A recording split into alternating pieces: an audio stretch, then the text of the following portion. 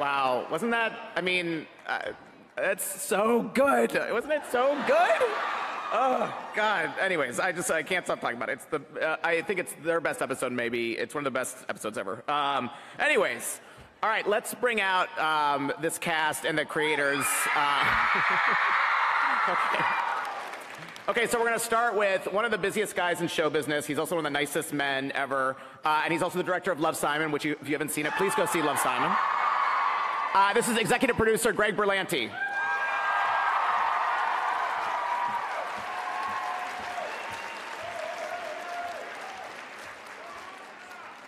He has 50 shows on the air right now. You might be familiar with one of them. But next I'm going to bring out his father created Archie Comics, which is insane. I mean, that's so, incredible. But we have John Goldwater, executive producer.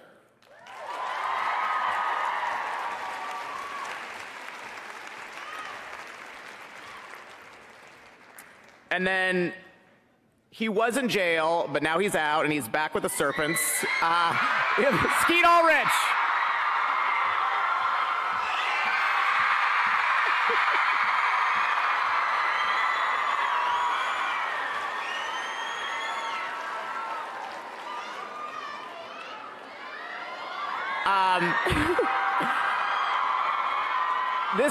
This lady just played Mrs. White in Carrie the Musical. She also has a biker past that I'm obsessed with.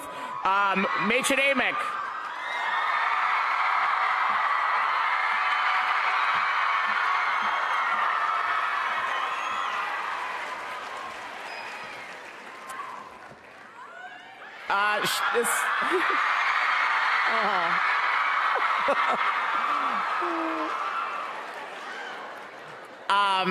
This lady left the Pussycats behind and is now kind of being stalked by Cheryl, not really, but also could be Kevin Keller's sister in some kind of weird future. Ashley Murray.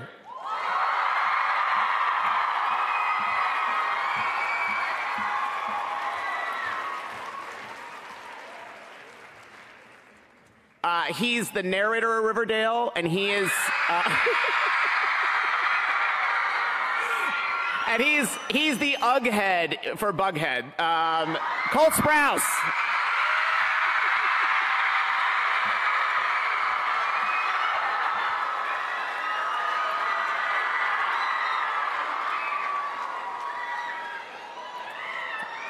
And she's the bee in Bughead.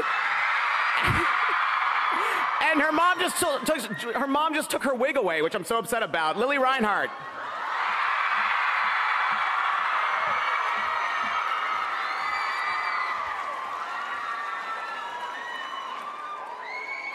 And she loves her Archiekins, but she also loves her parents.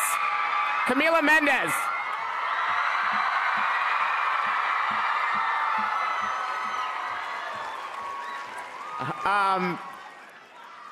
And this next actor, we wouldn't have the show really without this guy. He's made me rethink my love of gingers. KJ Apa.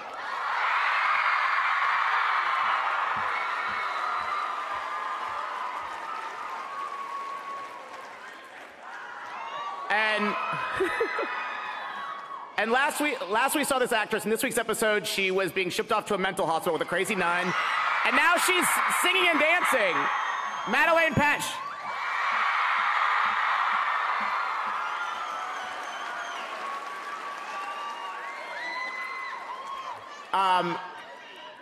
And this next actress, I would vote for her for mayor solely based on her hair, because it's that good.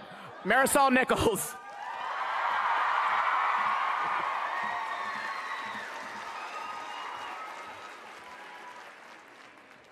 And this man's a legend. He was shot in the beginning of the season, but now he's back and running for mayor. Luke Perry.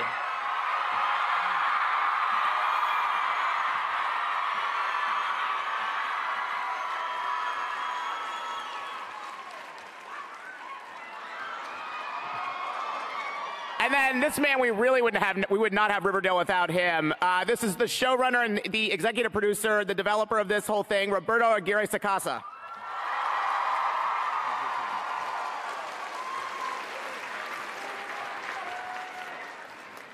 Oh, wow.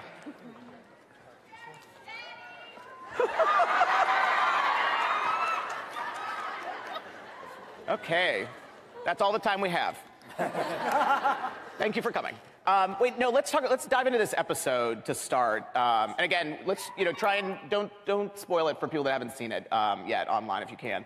But Roberto, tell me, what made you decide to do this? This is it's a big thing to take on, to do a musical episode of television. Yeah, it was something we talked about even in season 1 to do a musical episode, and we ran out of time, and we were doing the second season, and we'd planned to do the musical halfway through the season, and then we kept pushing it, and we kind of came to a moment of truth where it was like, okay, we're either doing it now or not doing it. So everyone really rallied, and we pulled together a huge production, kind of close to the end of the season. So it was sort of a now or never moment. Yeah. But I think it really energized everyone who was working on it, the director, Jason Stone, the writers, Arabella and Tessa, and the cast, and everything. So it really brought everything together.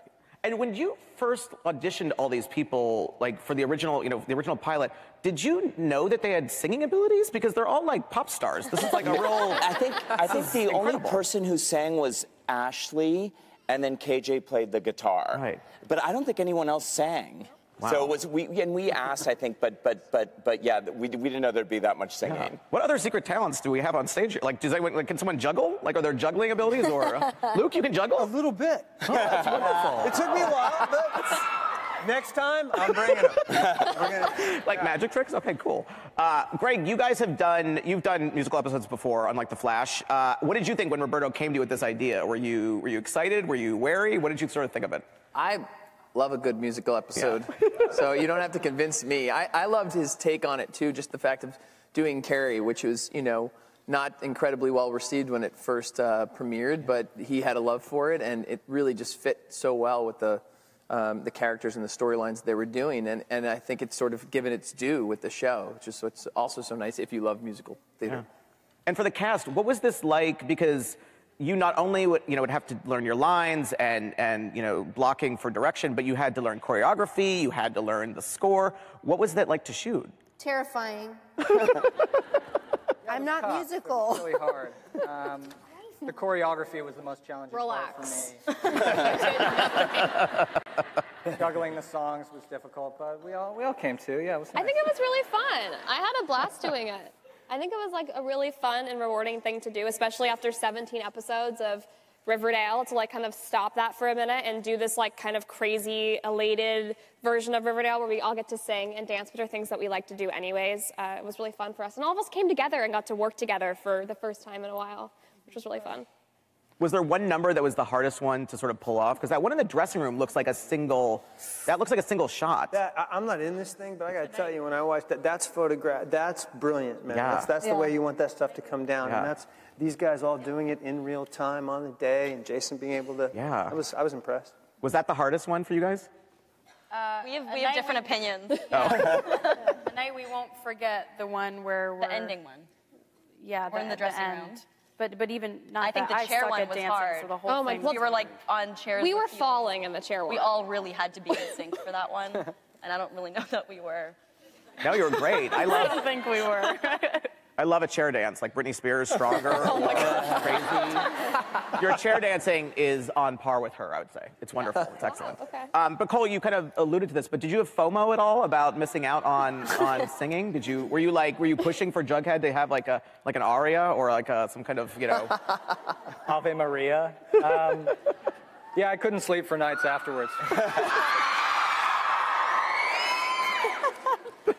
Tough.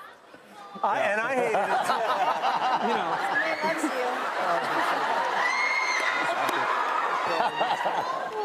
Loves you. Luke, did you had FOMO too? No, I was just saying that the song that they cut, he sang to Fred, and I thought it was awesome, and then they cut it. It was a beautiful And the Lodges duet. had a whole tango number that yeah, it got cut, but the tango was fun to do. Yeah. Yeah.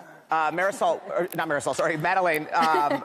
Madeleine, what was it like being covered in blood for the climactic moment? Is that corn syrup like It Carrie? was sticky. Okay. Whoa, because it's sticky. I had to have there was a bar they had to put up for me to hold my arms up between takes because my arms would get stuck to my sides. Yeah. So I was like, there's photos. I'll put them out when the episode airs. I'm like this, waiting for the next setup. It was very fun. Yeah. It's a blasty blast. The shower afterwards was sweet relief. I'll tell you that. Woo! And Roberto, it seems like Chuck is having a comeback now. He seems to be on the road to redemption. Is that something we'll maybe see in the next for the rest of the season? I love that actor who plays Chuck Jordan, and he's been such a great villain for us. Yeah. But I think we want him to be able to do more stuff on the show. So part of this story was to redeem him because he's so great, and I think he'd be great with the gang. Yeah. And he was a great dancer too. Yeah. He's a great dancer. I know. I got secret talents. John, your father founded Archie Comics, which again, that's so cool. What do you think your dad would think of Riverdale? I mean, Riverdale obviously is still very faithful to the comics, but then is very modern though. But what would he think of this show, do you think? I mean, I think he'd be shocked, to be honest with you. But I also think he'd be thrilled, you know, like to see this great cast and like they're alive, man. It's like I don't think he ever in his wildest dreams thought that, you know, that would ever happen. But you know, the show's about family, the show's about friendship, and that's really what Archie was founded on. So I think, you know, the DNA of the comic books and the DNA of the show are the same. So I think he'd really be thrilled about that whole thing. Yeah. Roberto, is that something that you guys go back and forth on, like how far you can modernize it, but then also, you know, stay true to the comics? Is that one of the kind of the biggest challenges? Yeah, we talk about it all the time in the writers' room. I talk about it with John Goldwater, John, almost every day, about pushing the envelope with certain things, but always coming back to milkshakes in the booth at Pops. Yeah. And you know, we tell so many mystery and crime and horror stories on the show that it's nice, something like the musical, to tell stories that are mostly about friendships and the relationships and stuff. And but you know, the romances are a huge part of the show, as they were on the comic, and that keeps us true to them, I think. Yeah. So let's talk about season 2. Go back to the beginning of this. Did you know, like, when we wrapped up season 1 and Fred was shot by the assailant, did you know at that point that that person was the Black Hood and that would be the next year's kind of mystery? You know, we were getting ready to shoot that scene where Fred is attacked in Pops, and we talked about different kinds of masks, and there's this character in one of the Archie comic books called the Black Hood. He's sort of a vigilante. And sort of the day of, we sort of said, does anyone have a black ski mask? Let's put him in a black ski mask. And maybe we can tell the Black Hood story. And we wanted to do something that felt like Zodiac, but in a small town, and follow that through the points of view of the kids of the town. So we did. It was towards the end of season 1, but yeah, we had an idea about it. And Luke, I think I talked to you about this, but you didn't know if you were like gonna die or not. Really, like, you were sort of you were kind of not unsure, right? Like it was kind of a mystery. Many things on our show are a mystery. That's fair to say, right? Safe to say. And one of the things about doing any type of mystery television in today's world, with all the social media and all the ways that story can get out, is, you know, we really got to lock this stuff down and keep it precious and keep it quick, because we work hard to create it and we want it to have its full effect for you and surprise. So we really oftentimes don't say anything, and part of that is sometimes they don't always share the information with us. But I will say, in absolute candid, Roberto was he kept saying, we're not going to kill you. And I kept saying, it's okay, Roberto. It's fine. People die. It's going to happen. You know, I saw Game of Thrones. I know how this goes. But he's got a long-term plan for this thing, and I believed him. So yeah.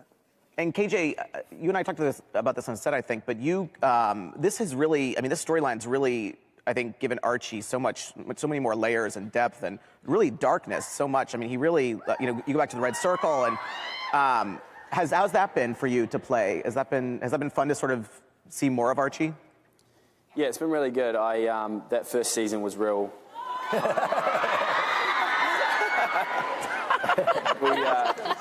We didn't really get to explore that side of Archie in the first season, so to have that material this time has been really good. It's been challenging, and it's been really good. Yeah. I'm enjoying it. My other question, Roberto, this is probably for you, or maybe you all can answer it. Is there a CrossFit in Riverdale? Is there a... the cast is very fit. Is there like a Tracy Anderson method? There's definitely. Is there a soul cycle? Yeah, there's a soul cycle. Is it like Cycle Soul, like how they always exactly, it's like Shank Shaw instead of Shawshank? Okay, I just didn't know, because it's a very fit cast. But isn't that great? Shank Shaw, Spiffany's. Yeah, I love it. It's just brilliant. I know. Do you guys have, like, are there, like... You know, a lot of those are in the Archie, the Archie comics. You know, I will tell you, they are very difficult to clear through Warner Brothers. Yeah, I'm sure. But yeah, we love those Easter eggs and asides. Yeah. Obviously, another huge part of this season has been Hiram's arrival, Mark Consuelos. Marisol and Camila, how has that been to have sort of your trio completed, or a complete triangle kind of this season? Well, it certainly changed my character a lot. Yes. But it's been amazing. I think Mark and having Hiram there has been such an added dynamic. Yeah. And it's given me so much to play, and as opposed to one note, I'm usually playing 3 or 4 at the same time, and never know which way we're going. Yeah. But I just personally, I've loved it because I feel like it's brought a lot of strength out in the character that you really didn't get to see the first season. And it's also been a great dynamic for Veronica and Hermione, because their relationship has been challenged so much, and I can't wait for what's coming. Yeah. I can't wait for what's coming. Do you think that she loves Hiram, or is she afraid of him? Define love. I think she admires his strength and his cunningness. I think she's afraid of him. Yeah. She's smart enough to be afraid of him. Yeah. And I think at one point she thought she loved him, but I don't believe she really knew him. Just my thoughts. What do you think, Roberto? Yeah. Camila, what do you think about, I mean, does Veronica, do you think, is it the same with her? Like, she loves her father, but she also is afraid of him? Or do you think she just is just a daddy's girl? Like, she's... I think she loves him. Yeah. I've never doubted that. And I think he loves her a lot, too. I think Veronica is precious to Hiram. Yeah. I just don't think she believes in what he's doing. And so she tries to keep one foot in darkness, one foot in goodness, and tries to find a middle ground. Because I was rewatching this season, and that's such an interesting dynamic, because because I do think Veronica is good, but then she is, she wants to be part of this family, and so it's this real, she seems so torn, basically. Yeah. That must be great to play. She also wants to control the family in her own way. Yeah. And what's it like working with Mark? Mark seems to have brought out a lot of, he's like a troublemaker, it seems like. He's like a jokester. Like, KJ, you and Mark you've like Instagram competitions, it feels like, or you have like an Instagram joke back and forth. Yeah, Mark's a legend. I really enjoy those scenes. That we have a lot of scenes in that study, so it can get kind of boring in there. So we try and liven it up a bit. Yeah. Yeah. What is it like to wrestle Mark Consuelos? Are you asking me? Yes. Luke for Luke. This is for Luke. His bicep feels pretty good against my chin, eh? But he's pretty strong, but he actually does a lot of wrestling. So he was teaching me some stuff, and those other wrestlers that we were with were actually the SFU wrestling team. Oh, wow. So they were like showing us the moves. Yeah. Yeah.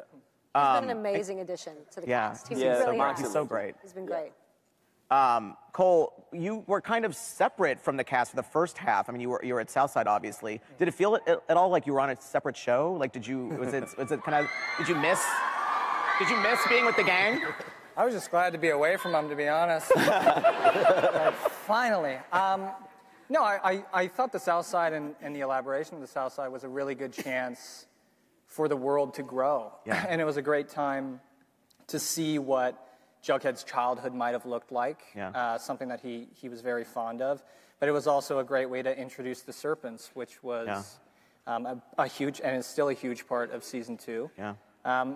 But it's nice because Season 1, Riverdale kind of felt a little bit like a capsule, but with every episode, we realize the extent of the town is growing a little bigger, and we're getting a little more depth. So I loved having the chance to be part of that lore building. Yeah. And do you guys, Jughead and Betty have had such an up and down. This year especially has been like a real, like, they're together, they're not together, they're back together. Do you guys have a favorite? Do you have a favorite Bughead moment from this season so far? That's it? Go ahead.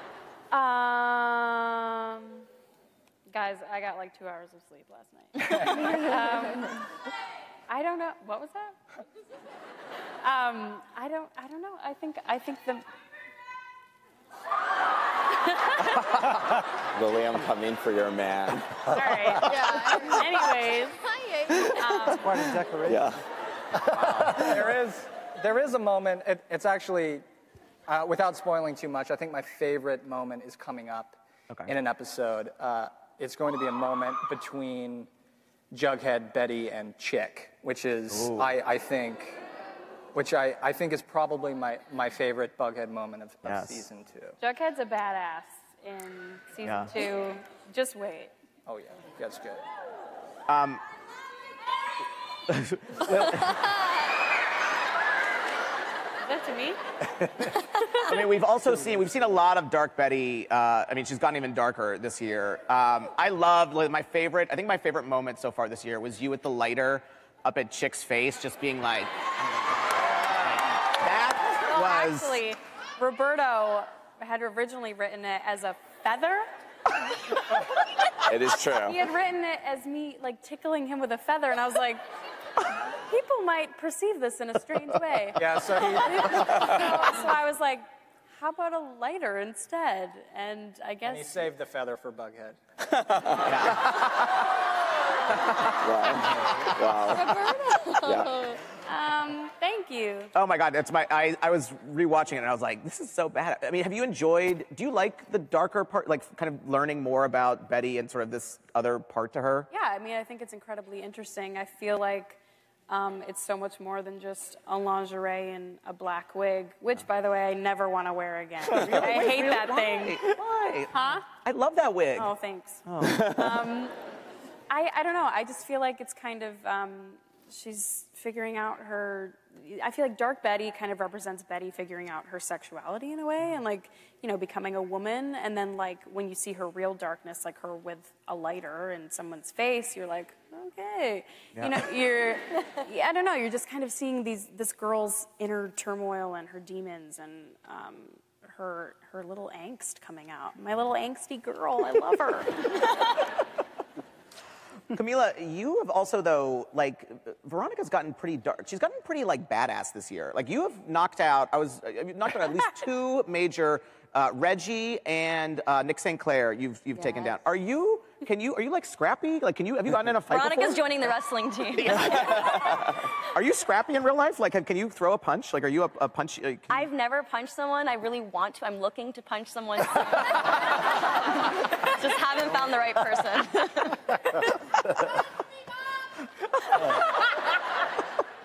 Oh man. Don't encourage this. Speaking of figuring out her sexuality, Madeleine, Cheryl has.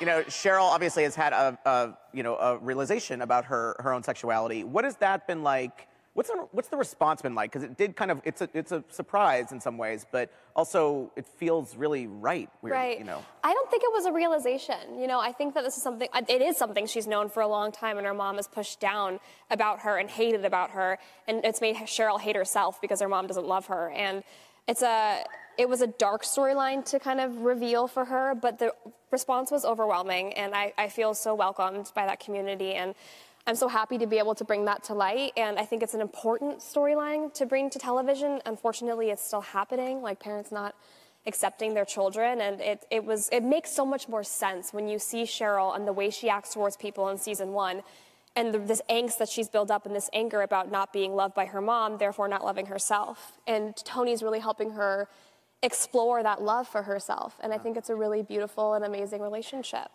TBD. Yeah. And you were telling me backstage that you're best friends with Tony. So Vanessa and I have been best friends for years, by the way. So everyone's like, your chemistry is amazing. I was like, she's my best friend. That's so crazy. That's wonderful, though. Did you guys, Roberto, did you always know this was something you were going to pursue for Cheryl? I think we had conversations about it early on. It was something that we talked, and when we introduced the character of Tony Topaz, we thought, oh, this is a bisexual character, that kind of from the comic books. And we talked about it early on. It took a little while to get to the storyline, but I think, and the episode that you guys haven't seen, I think, is really powerful. It's the one that airs this Wednesday, so please tune in and watch it live. But it's a powerful episode between Cheryl and Tony. So yeah, it is something we thought about for a while. Yeah. Nice to see it come to fruition. Yeah. Skeet and Machen, are you shocked? I mean,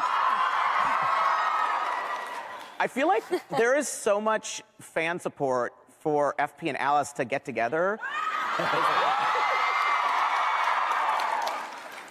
Which would make, like, the bughead situation real weird, but, Welcome to Riverdale. That's true. You're right. That's true. Got to set an example. But have you gotten? Do people come up to you and are they shipping? Are you getting people like really shipping Alice and FP? Oh yeah, we have major phallus shippers. And we love you all. Wait, they're called phallus? Phallus. I was not It's aware a whole of that. thing. I was not aware Get of on board. Get on the ship. Wow. And Machen, are we going to see? Will we learn more about Alice's? I love the idea of Alice as a serpent. Like that, the biker chick Alice is my favorite part.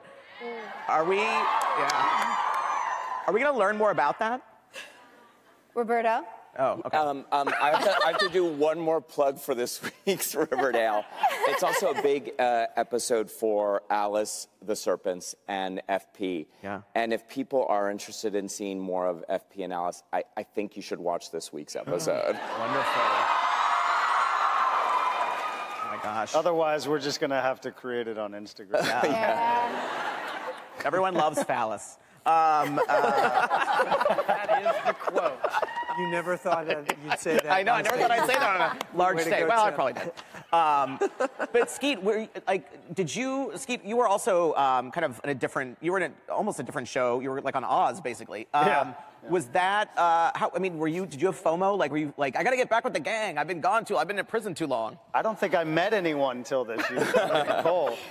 I was kind of stuck out there in nowhere land. Yeah. But it's such a great group of people, so it's always nice when we have those big scenes where we're all together for all of us to catch up and be around each other. It's always nice. So I was glad to join the main part of the show. Yeah. And Marisol and Luke, what kind of campaign can we expect from these two? Because obviously you guys have a very complicated relationship. Is this going to be ugly, dirty? What's it going to? How's this going to go between? I think it depends on who you Hermione? ask. I think having Fred run against Hermione is her worst nightmare, like right in her face. Yeah. But I would say, and pipe in, but I think Hermione has more of a political savvy, kill or be killed instinct, and unfortunately, he's her opponent. Yeah. Yeah, she's looking to make Riverdale great again. I'm pretty much believing that Riverdale's always been great, and it's going to get greater when I'm the mayor. Thank you. We'll see. Ashley, we've learned so much more about Josie this year, which has been so awesome, I think. Out of the ballpark, my And now it looks like... Did you and Madeline... my favorite scenes are the Madeline... or you and Madeline, sort of the Cheryl, Josie... I don't even know how to describe that relationship. Was that fun? Was that a fun storyline to be able to do? Go for it, girl. Oh, yes. It's always great working with Madeline. Mads is just like an awesome actress and an awesome human being, and she gives so much, and it's actually kind of hard to be mad at her. Like, when I have to be mad, I can't, like, 'cause she just, like, does weird faces. She does a smile, like, it's weird, like, that one, that's my face. Gets me every time. Love her. I love working with Ashley. It's honestly a dream come true. And she's got the voice of an angel, by the way. That duet, I can't believe, her voice is, she sings like that in person. That's not normal. But she's a phenomenal scene partner, and I'm so happy that we've got to delve into that relationship more, because that was kind of like the one thing we were saying at the beginning of the season was like, you'll see more Chelsea. Yeah. And you have. Cheryl? Chelsea. Cheryl? Chelsea? Gerald, Chelsea, Gerald. You tell us, but... And then let's go back to the Black Hood stuff.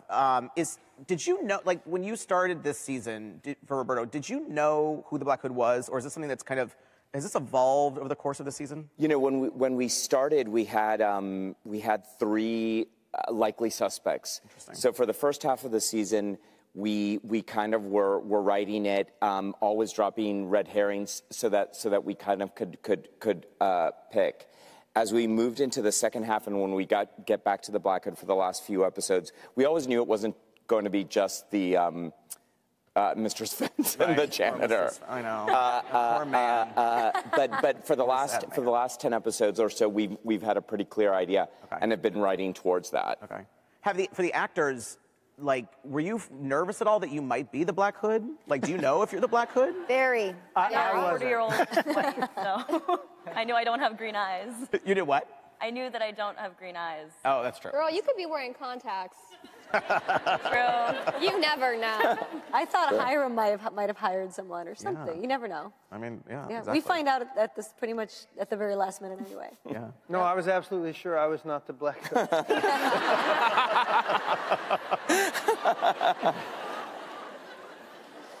Was there any fear, though, because people are dropping like flies now, and are you guys afraid of being killed off at all? Like, have there been assurances made? Well, the thing I would say to the first part of your question is people keep dropping off. Riverdale has a specific gravity, okay? And it's hard to hang in the Yeah, orbit. but people always come back is the thing. That's so. Oh, and what a stud move, like to bring Barkley back as another Uncle character. Claudius. That's Oh my gosh. It's so brilliant, right? You know, to bring Barkley Hope, the actor who played Clifford Blossom, to bring him back as Cornelius. As a twin brother. Cornelius? Claudius. There's a third twin. There's a third twin, Cornelius. That's how it was just born. Yeah. See? Oh my God, it was. But that's how smart these guys are with it. Yeah. Yeah. Will the wig room come back? Because that's my favorite. My favorite set you guys ever had was the Blossom toupee room. It's funny. I'll tell you a story. I love that. That was wonderful. I loved it too. Originally, that was born out of the fact that Barclay, the actor who played Cheryl's father, did not want to dye his hair red. Oh, nice. And so we're like, that's okay. We'll put him in a wig. Yeah. So we put him in a wig, and there were a lot of questions about the wig. Many people thought it didn't look real. And we got a lot of notes from the studio and the network that said, you know, this wig is crazy. Why is he wearing a wig? And then I actually have to say it was, I think, Greg Berlanti who had the idea that we should make it a character trait that he has a room full of wigs like Lex Luthor. So that's how the wig room was born. Yeah, life gives you lemons, and you make a wig room. Yeah, exactly. Exactly. Bam. God bless you, Greg Berlanti. Yeah. You're so wise. You're just, that's why you are who you are. Because you knew we needed a wig room. Do you guys feel like this season, though, has been, to me, it's been such a game changer. Like, it feels like there's such momentum, and just the mystery has been so great. And the musical episode, there's just been so many great moments. Does it feel different? Does it feel like a different kind of, does it feel like a game changer for you all? Yeah, absolutely. I think 22, like, our last season obviously was 13 episodes, and now that we have 22 this time, it's a ride for sure. Like, none of us knew what it was like. I mean, we had Luke, who's made over 300 episodes of TV, and he was telling us, like, this is what it's going to be like. It's going to be hard. And sure enough, it's hard. It's challenging. It's really hard. But, you know, I think we're all really proud of what we've done thus far. And also, I feel like it's different to do that, but it's also exactly the same. You know what I mean? Like, we're still with the same people. We're still that same support group. We're still there for each other. And the story is just different. Yeah. There's just a lot more to play with this season, too. Like, with all of our characters are growing, and we're growing with them. And we have different genres we get to experience. Yeah. I mean, at the wrap party, I read Roberto's speech, and he kind of touched on all the genres we've touched on in the show. And it's fun. You don't get to do that in a lot of shows. Yeah. And what was it felt like, too, I think you guys premiered, and, you know, everyone loved it, and then you went on Netflix this summer, and it seems like the audience even grew massively. Have you noticed, did you notice that change, like fans coming up to you and just more people seeing it and wanting to talk about it? What is Netflix? Hold on, wait. I mean, there was a significant difference in I guess, our followers and, people recognizing us as soon as we went on Netflix. I mean, that's just how people watch TV these days and digest their content. So we kind of just grew exponentially from there, which was amazing, but it was something like we were totally not prepared for. Yeah. So what's it like now in Vancouver? Like, can you walk around Vancouver normally? No. I mean, you can walk. cannot. You're gonna get stopped. Okay. The problem is that we're also always together. Yeah. So Right. it really there's no question if it's us, you know. Right. It's like a redhead, a brunette, a blonde, a tall, dark-haired man. Like it's just all. I can walk around obvious. Vancouver, and what's great is that people will get as close to me as Cole with their mouth open and say, "Are you?" If you're that close, it's not me.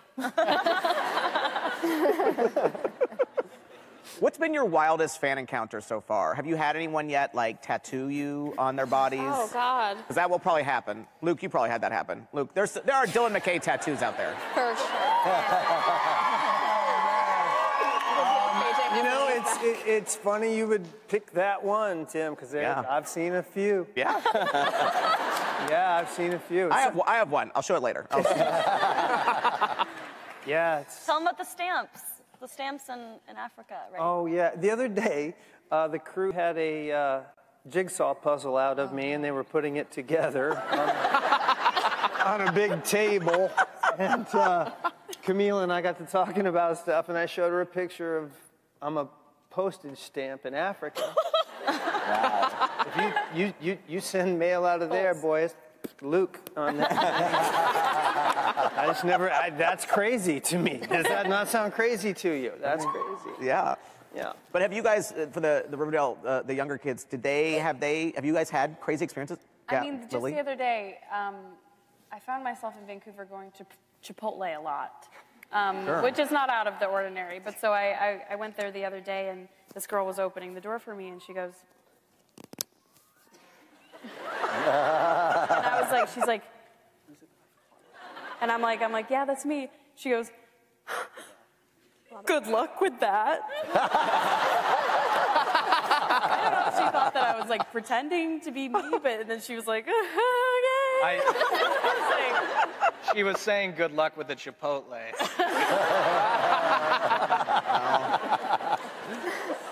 Oh my God. That's fair. Fair. It's probably better than that. Yeah. What? So what? next season, Jughead will be eating Chipotle for that comment. So you guys mentioned you guys all hang out together all the time. Give me, like, what's a Riverdale weekend? Like, what do you guys do for fun? Karaoke, baby. Karaoke a lot. Okay. Mark's house. What is your karaoke song?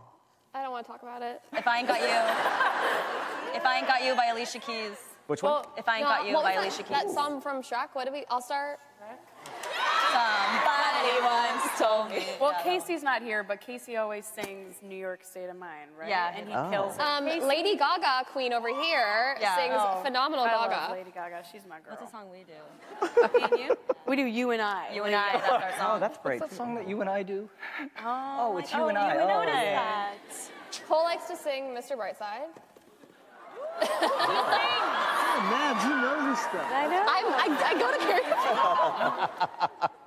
Oh, that's awesome. All right, well, we're going to take audience Q&As. So if you have a question, you have to we have to go to the person with a microphone. Yeah, and I have to point this out. I always love to do it. I went to high school with that gentleman right there with the microphone in his hand. Oh, really? Woo! Yes.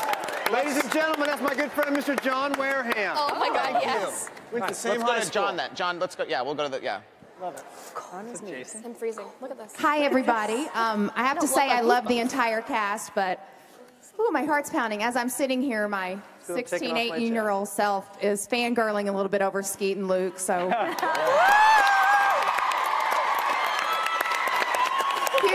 huge fan from years back, but that's not the role I'm in today. I'm here as a mother because I got my 12-year-old daughter, Mia, into the show, and she was like, I don't know, Mom, comics, and because I was a huge Archie comics fan growing up. And we all were. from the first episode, I realized this ain't your mama's Archie comics, right? But now she's a huge fan. We're a huge fan together. And it's so special for us to be able to share this love of the show and to be here today. So thank you guys so much for providing that. And Greg, we're huge fans of a lot of your shows. We were here last year for the superhero panel. But I really want to know, how did this come to fruition? Whose idea was it to bring Riverdale? Whose idea was it to make it dark and twisty? Okay, good. That's Roberta. So thank you guys. You know, it was something that I'd been writing Archie comics, and it's something that John Goldwater and I had talked about a lot and dreamed about a lot. And we spent, I think, maybe 2 or 3 years trying to do an Archie movie, and we couldn't make it happen for a lot of reasons. And then we thought, well, maybe we'll try this as a television show. And we partnered with Greg Berlanti and Sarah Schechter and his company. And as we were developing it, a lot of people said, you know, it's got to be more than just a coming-of-age show. It's really hard to just do a coming-of-age show. And then it's sort of, which is what I thought it was going to be. I thought every episode was going to be like the musical. I thought it was going to be a bunch of kids singing in the cafeteria. And it sort of evolved into something that became kind of almost a subversion or a deconstruction of Archie, something that was darker and more noir and crime. And it's just sort of it just happened sort of naturally. But it came out of years of hard work and a lot of people believing it. I think she's here right now, Susan Rovner at Warner Brothers Television. When I walked into her office, it was the first time I was going to talk to her about Archie. I'd never met her, and before I even sat down, she said, "We're doing this. It's a high school show. It's going to be on the CW. It's going to be a huge hit." And I'm like, "Okay, I don't even have to sell it to you." So it was a lot of people really believed in it. Peter Roth, when the show died at Fox, he believed in it, and we took it out again, and it landed exactly where it should be, which is on the CW. So a lot of people really believed in it.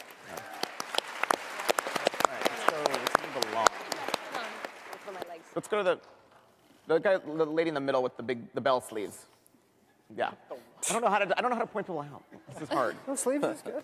First of all, we love you so much. And our question is, what's your favorite memory you've had on set? Wow. I think Go. No. Okay, I don't know. Go ahead, go. I was just gonna say the season finale of season 1. Yep, I was gonna say the exact same thing. Really? Yep. It was just such we've never had a shoot day like that before, when we're all just like running in the snow, freezing cold, but also like the adrenaline was so high, and it was an epic moment. I don't think a lot of moments compare to that one. Yeah, and we all came together, and KJ broke his hand. You guys didn't break your hand that day. Okay. That's what was so epic about it. Trying to warm each other up, and yeah, it was like a little warm and cuddly, and also sad, but warm and cuddly. All right, cool. Let's go. This lady in the front row with the yellow shirt. Hi there. My name is Jansen. So I have a question. I'm wearing a Pops shirt. Do you guys have a favorite milkshake, or do you actually get to drink them, or what's that look like? Well, in the first season, they were like weird, like tasted like Pediasure. It was like Pedialyte. Yeah. I was like, I didn't drink this as a kid. I'm not drinking it now. My personal favorite is a coffee milkshake. Really? Yeah, but Betty drinks vanilla. Yeah, I thought they always make you Or drink strawberry. Yeah. I don't know. I always have to drink chocolate. I think it's strawberry, actually. But we try not to, we have to shoot a lot of those scenes. I don't actually drink and a lot of takes of them, so we try not to even touch the straw, honestly. I get the Cool Whip off. I finished mine before we start. Yeah, KJ drinks it immediately. No, and he'll eat yours too. First time I worked with KJ, we had a scene where KJ and Cole were supposed to be eating a pizza in the living room. They ate the entire pizza during rehearsal. we hadn't even got to shooting yet. Pizza gone. They had pizza waiting. That was funny. Yeah. All right, this lady, the lady in the front, she was like, oh yeah, okay. We love you guys. Hey. Hi, I'm Kendall Weiss, and this is Bella Flint. And I love you so much. Your show is amazing. And we were just wondering if you ever had an experience where you had to improv one of your scenes. Not exactly. Yeah, since KJ doesn't remember any of his lines, pretty much it's all improv with him. That's not true. So the answer is yes.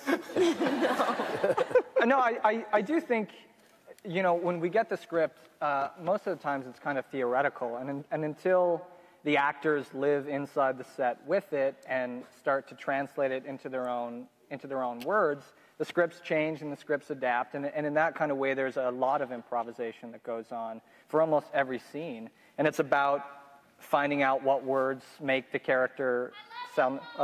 Thank you. So yes, the answer is yes. There's a ton of improvisation. Yeah, no. The improv comes after. Sometimes the director doesn't call cut right at the end of the scene, and he'll leave it on purpose to see what. But I think it's more improv with choices, not necessarily improv with words. They're pretty strict about us sticking to the exact words. Yeah. Exactly. In a good way. It's a stylized show. You got to get it right. All right, let's go to the back area. There's a man with glasses. Is there a man in black? There's a man with glasses. I don't just have to tell these people. Sorry. Will Archie and the core group, the Archie and the gang, will they stay in high school forever? Or do you have plans for them to move on to college or adult life? I asked the same Forever. Forever. Yeah. It's only been like 4 months. What year are they now? Sophomores.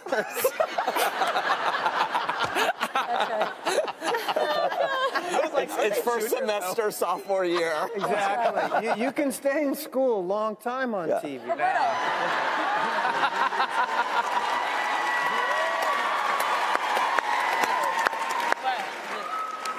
All right, let's go. There's like a young boy in a black T-shirt, I think. Yep. Is it a girl? Sorry, can't see. Can't see. No, you're adorable. Hi, You're I love adorable. the show so I can't much. see. Sorry. So Cole and Lily, there's been a lot of rumors of you guys dating. Are you dating? Such an inappropriate. I know, but they opened it up. Was that a question? Was that the question or the statement? Because you're right. Huh? Are you dating?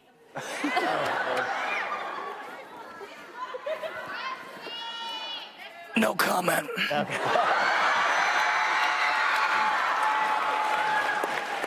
He just mumbled into the mic. All right, let's do the guy.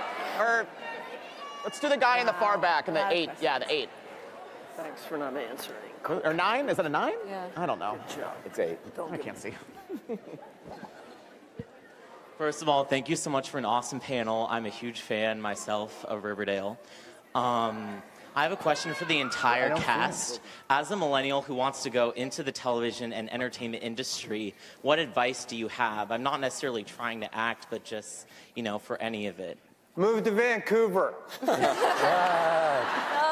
it's a hard industry to get into regardless of what area you want to be in. And I think the biggest piece of advice I could give to myself back then and to anybody is just stay tenacious and don't give up. It could take 4 months, it could take 10 years, but if you really love it, just keep doing it and stay passionate and it will happen. Yeah, and use a washout dye for your hair, don't bleach it. We're a perfect example. We're all from completely different places. We all got here with backgrounds. I do think that there's a myth that follows around the industry that it's kind of like a light switch success, that all of a sudden that there's this big break and all of a sudden you're in. And what's true in most cases is, and what's true for most of us sitting on this stage, is years and years of smaller roles or commercial work or background work and slow and steady paces up to something that becomes a real commercial success. Totally. And so I think, take it with a grain of salt. What the audience ends up seeing in most cases is your biggest successes. And only after you become quite successful in the industry do people go back and, in their own sort of archaeological way, filter through the stuff that they can find. Little hidden gems that you used to do. So be proud of the little stuff that you do. be proud of the small steps that it takes to eventually lead into one of those bigger roles, because it takes a long time, and it's not just a light switch. Okay, we only have time for a few more. My name's Sam. This is Noelle. Hi. And since we're at the home of the Oscars, I was wondering, who are you guys wearing? This is Free People. I am, yeah. Michael Kors. This is Guillermo del Toro.